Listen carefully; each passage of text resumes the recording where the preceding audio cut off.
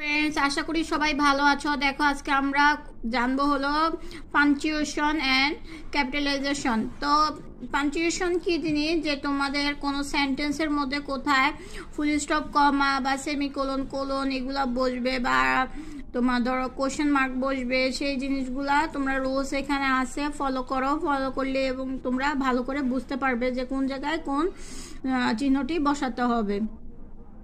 ভালো করে খেয়াল করো।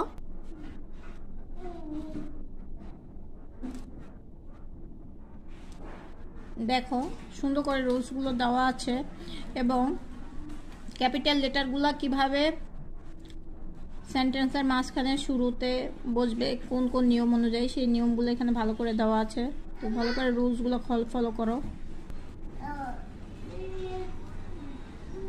ভালো লাগলে লাইক করবে, কমেন্টস করবে, ভিডিওটি শেয়ার করে দিবে আরেকজন